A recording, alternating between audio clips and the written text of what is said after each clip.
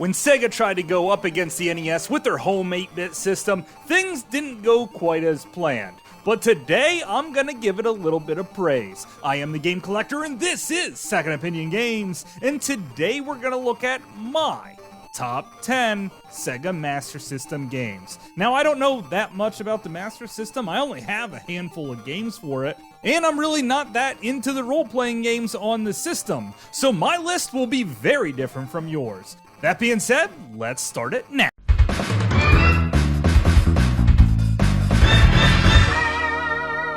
Second Opinion Games. Number 10, Areola Salt. It seems like a standard horizontal shooter where you play as a jet airplane trying to blow up, everything in sight. And there's tons of power-ups to help you out along the way. However, there might be too many power-ups because sometimes you're gonna get one to replace the one that you wanted, and then you're probably going to die. However, each of them do have their own use and purpose, so learning how to play the game is key here. Also, there's a little bit of parallax scrolling, at least on level 1. When you jump into level 2, you really see the power of the Master System at work, with a ton of parallax scrolling, and a day-to-night cycle that is too darn cool. But wait, it gets even awesomer when lightning is thrown into the mix, and your aerial plane can be shot down by the lightning, so be very careful here. Playing this stage alone is my number one reason that it even made my list. It just sucked me in, and then I started having a lot of fun.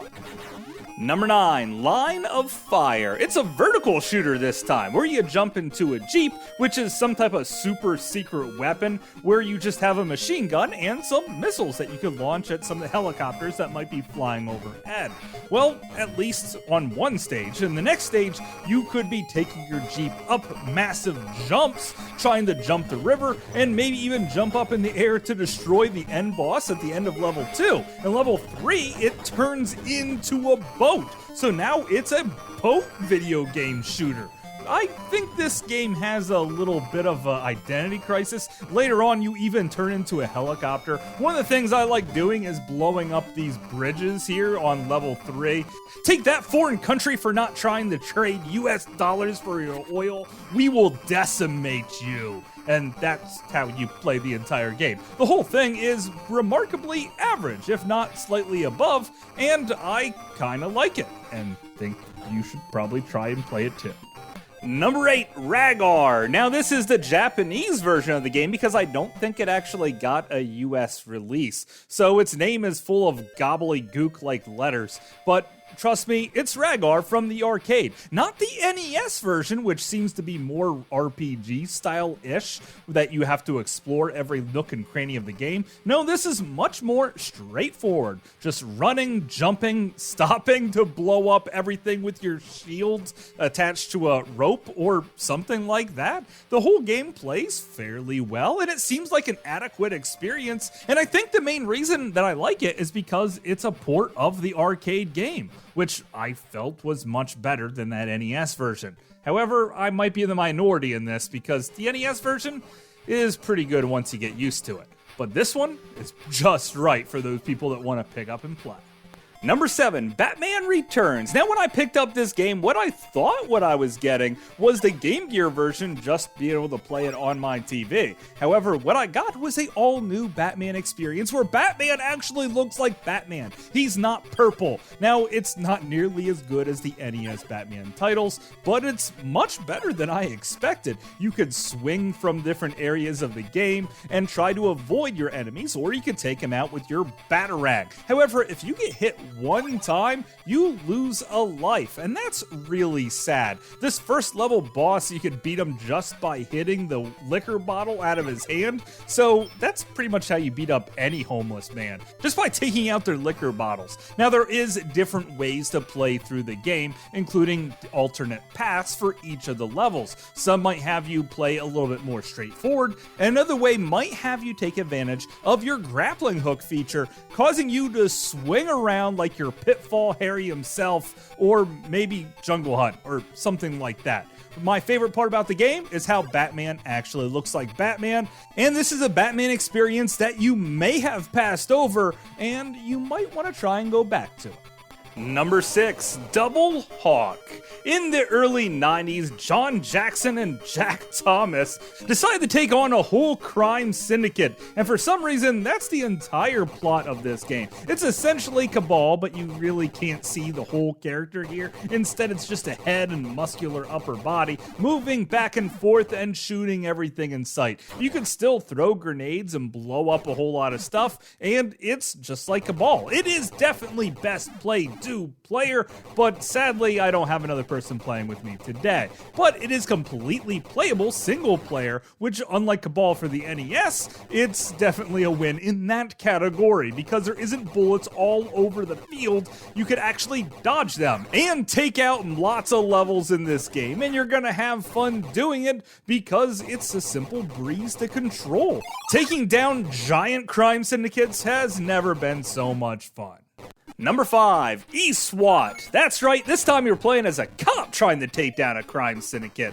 Rolling around on your hands and knees, shooting out everyone's kneecaps, at least for the first stage or so. Then you'll be transformed into a giant RoboCop-like character, blowing everyone up with your Gatling gun. It's actually a lot more playable than the Sega Genesis version. I like the graphics and the colorful art style of the whole experience. The music isn't too bad either. And when you lose all your health, well, then you'll go back to your regular old guy. And when you run out of all of your ammo, well, then you have no other choice but to sweep the leg with a sweep kick. And then you'll die really darn fast because your body armor pretty much is the best thing in the game. It's something neat, and if you were soured on the Genesis version, give the Master System one a try. Number 4, The Incredible Hulk. Now, this jumped very high up on the list when I found out that there was an actual playable Incredible Hulk game, and I was really surprised it was on the Master System and not on the NES. Now, a lot of the Marvel games on the original Nintendo weren't very good. Matter of fact, I think I asked for my money back on more than one occasion for some of the X-Men titles. When I started playing The Incredible Hulk on the Master System, my mind was kind of blown on how many actions your character can actually do, like throw an uppercut, or strangle your creatures to death, or just punch them into oblivion. Also, the Hulk can take a heck of a lot of damage before he turns back into Bruce Banner, because that's how that works. Shooting him just makes him more calm, apparently. Maybe they're using tranquilizer guns. And when you have a face down with the Rhino, things get pretty darn interesting. The graphics here seem just fine by my book, the sound effects are kinda muted, and the game was made by US Gold, which usually means it's gonna be total crap, but they managed to squeeze out an okay one here. Number 3, Submarine Attack, another horizontal shooter, but this one is in a submarine, which means it moves a little bit slower because that's what people expect from a submarine shooter. And I happen to have a thing for this little subgenre of shooters. One day I'm probably going to do a top 10 just submarine games in general, but for now, take a look at this. The graphics here are some of the best that the Master System has to offer, and also the colors that they use and the contrast of such is just eye-popping. Also, you don't have to destroy your fingers by tapping the buttons, you could just hold them in. One shoots straight forward and another one fires a rocket with a slightward upward angle. Now, picking up power-ups is quite difficult because you have to be right on top of them. They go up in the air and they go down and you lose them right away. One of the things I love about this game also is the alternating paths that you can sort of take. You can skim along the top or maybe even cruise along the bottom because you are in a submarine, and also there will be tons of helicopters trying to take you out and even turtles with like missile launchers strapped to their backs. You'll be exploring underwater caves and giant bases. This is an incredibly cool submarine shooter, and I think everyone should give it a try.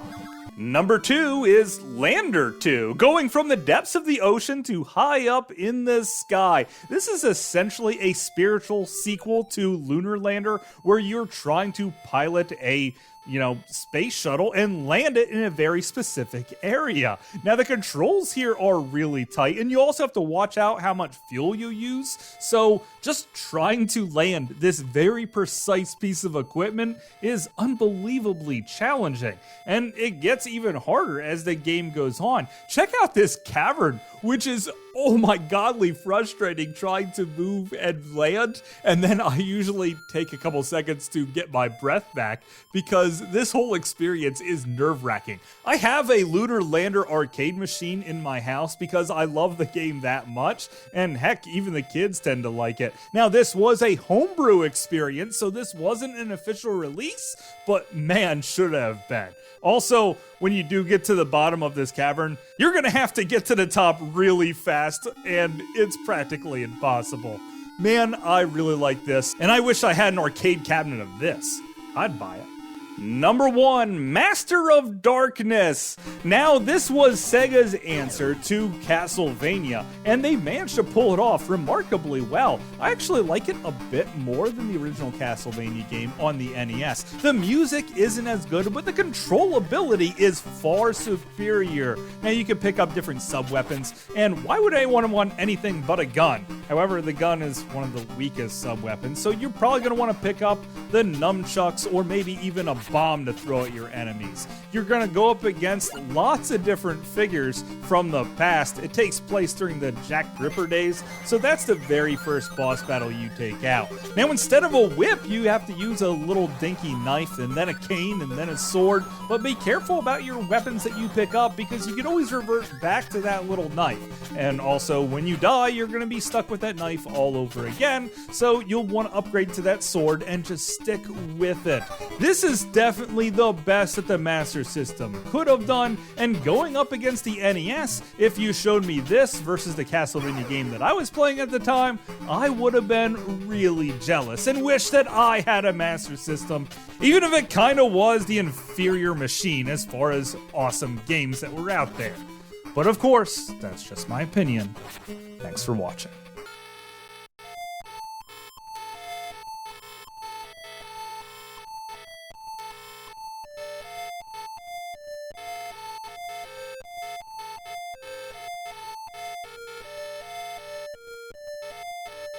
Hopefully you guys enjoyed this video. I had a great time making it, and no, I'm not the expert on the Sega Master System, so I really cannot wait to hear what your favorite games for the system. I know Phantasy Star is really high up there on a lot of people's books, but I'm really not into the RPGs, at least not for this system. Maybe some of the other Sega systems. Now, maybe I'll talk about that more in the future, but until later, I will see you again, guys.